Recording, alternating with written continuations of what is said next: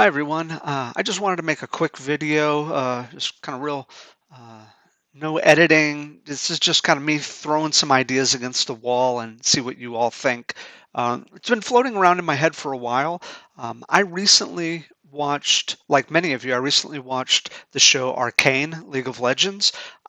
I don't play the video game. I'm one of those who just I saw the trailer and I was like, holy shit, this looks really good. And so I just binged it.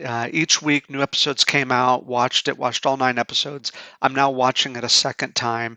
And I don't mean to be hyperbolic, but this is probably the best show I've seen on Netflix as far as just sheer quality, entertainment, and just how much I'm hungry for more of this series. It is so good. I don't even need to tell you that. If you found this video without already knowing me, you're watching it because you're hungry for more people to talk about it, to kind of sound the alarm that what we've got here is a quality piece of literature, taking the form of a animated Netflix series. Um, I could go on, but the one thing I wanted to talk about in this video is what I think is the only mistake that Arcane made. I mean, we could really get nitpicky and go through each character arc and each setting, and I think you would really be hard pressed to find a lot that's wrong with the show. There are places where it can become a little predictable. There are parts where some common tropes kind of play themselves out. But to me, predictability, tropes, those things, they're part of the narrative expectations. And you could say, oh, I'm so tired of the sibling rivalry or the siblings pitted against each other as a trope. But I mean, these stories and these ideas exist for a reason. And if you don't like it, you don't like it. It's not your thing. That's how it goes. But I don't know if that's a mistake. Maybe that's them playing it safe in some areas while taking risks in others. But I do think that there was one mistake that they made. Now, at this point, we are in spoiler territory. So if you do not want to get Arcane ruined, we're going to the end of the series and I'm going to reveal kind of a big spoiler. So watch the show, come back, and we'll talk about it then. But the only mistake I feel that they made is the death of the character Silco. Now, is it possible that Silco comes back in season two? I kind of doubt it. I mean, we know that Jinx can sometimes see ghosts, and I don't even want to call them ghosts, but visions in her head. She's haunted by people from her past. And so, yeah, maybe we'll see Silco kind of taking that form as sort of a aspect of her own trauma that kind of comes and speaks in her ear. Um, yeah, that's possible, but the actual living, breathing Silco, if you saw the death, which was, in many ways a very metaphorical, symbolic death where, he is shot through the chest. Um, yeah, and by the way, that whole scene I thought was a little dragged out in places. I don't know if that's a mistake per se, but, it is what it is. Third acts are always kind of tricky when we're dealing with any sort of big genre type. I don't know. They're hard to. They're easy to set up, harder to knock down. Um, but I think the death of Silco was a mistake, and let me explain why. In my own series that I'm writing, The Dryad's Crown, if you go to dryadscrown.com, you'll be able to check it out. I have a character named Silbury, and Silbury is born kind of almost into a fairy tale type scenario, and and she is found in the woods by a mother, and she is raised for an indeterminate amount of time. She's still pretty much an infant, and druids come to claim the child, and the mother hands off the child to the druids because she feels like the child doesn't really belong to her. It The child of the forest belongs to the people of the forest, and so she hands him off to the druids. I don't really say this in the book, but me as a reader, I feel like you had a responsibility to care for that child and you handed it off. The druids now have the child, and what happens then is the druids are attacked by gnolls and they lose the child in the course of that conflict. And through a weird set of circumstances, a fisherman finds the baby. You'd have to read it to kind of see what happens there. The fisherman then hands the child off to a priest in the town of Penderin. And so now it's the priest's responsibility to take care of the child, but instead the child grows up feral. She spends a lot of time on the streets because the priest is off doing his priestly duties. He doesn't really take to the whole fatherhood thing, and she is essentially adopted by the crime boss of the town of Penderin, where she is now raised as a child by this wicked stepmother type archetype. And so there's this idea of this progression from one parent to the next, to the next, to the next, and her name changes each time. She goes from Aldiovlet to Piper, then ultimately to Silbury.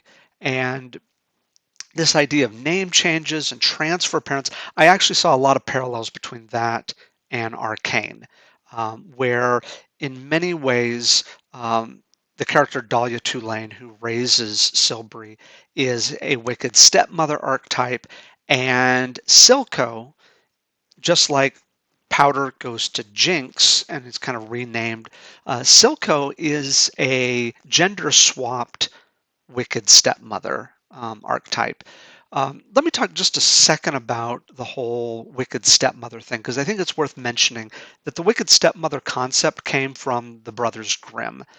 They were collecting and rewriting um, fairy tales, and they would want you to think that they were kind of going out into the into the world throughout Germany and collecting these stories very carefully.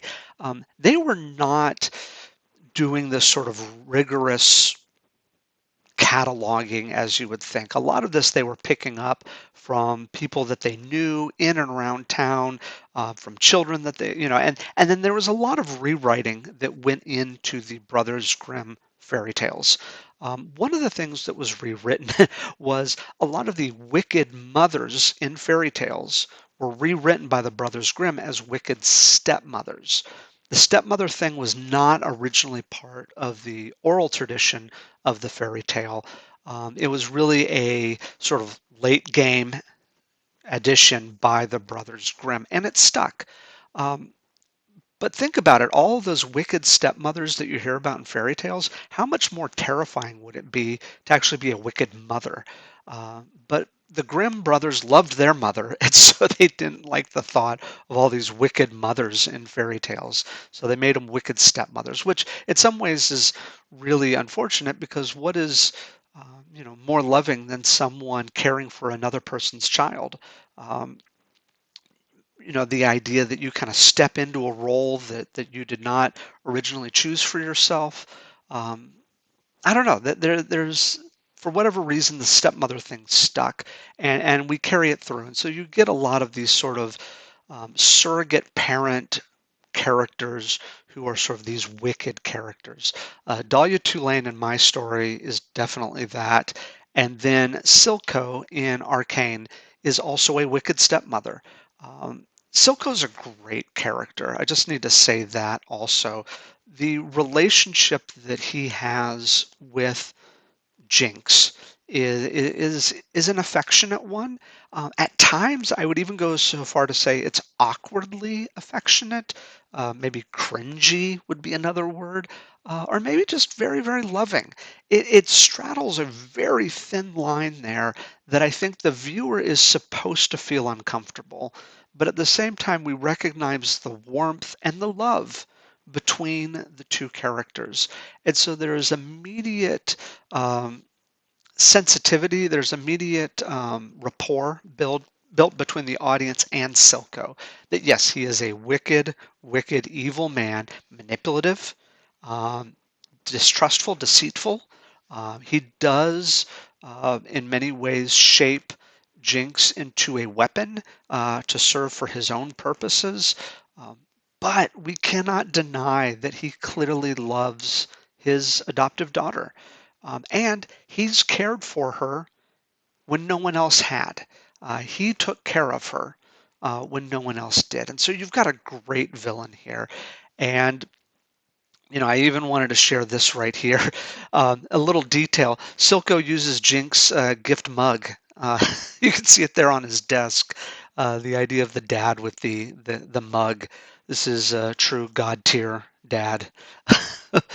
But by killing off such a great character, and by the way, even like the facial distortions on him, the scarring, almost reminds me of like a Doctor Doom, Phantom of the Opera type thing. Um, this idea that he's sort of he's like a trickster, but a mastermind, the stepmother figure in all of this. But what happens? When you have a great villain like this, you need to wrap them in plot armor. You have to make them bulletproof because these characters need to endure. They need to keep going, and you try to take them out, and they just keep coming back. Um, by killing Silco, you remove the tension of his existence because as long as he exists, there will always be tension between Powder Jinx's old life with Vi and her life that she's known with Silco. And that back and forth tension, you don't want to get rid of that. In fact, Donald Moss wrote a great book called Writing the Breakout Novel.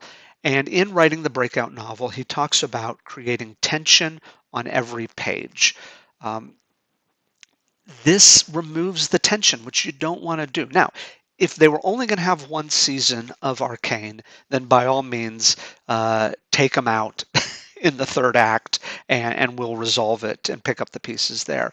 But since they knew they were clearly writing for a second season, and who knows, maybe there will be more seasons, you just don't want to get rid of this character. Um, because then that removes that tension. Now, they do have a new person that's kind of stepping into that crime boss role. That'll be cool. That's actually going to be an interesting twist. But the problem is the new crime boss does not have the history with Jinx that Silco has. And while the new crime boss is an interesting character, she's not as plot relevant as Silco is. So, yeah. And first of all, we also should also mention that the voice acting on Silco, oh, so good. Just everything about this character, he just demands attention in whatever scene he's in. And you take him out, you remove the tension, which is something you just don't want to do in your writing. Um, in Dryad's Crown, Dahlia Tulane, she is pretty bulletproof at this point in my story, and it's not without cause because you remove her, you remove the wicked stepmother, you are that much closer to giving the protagonist an easier path to the end of the story, which you don't want. You want them fighting, kicking, and clawing the whole way to a resolution. So anyway, those are my thoughts. Let me know in the comments below what you thought of Arcane, what you think of the character Silco. Do you think that Silco might come back in season 2? And if so, how?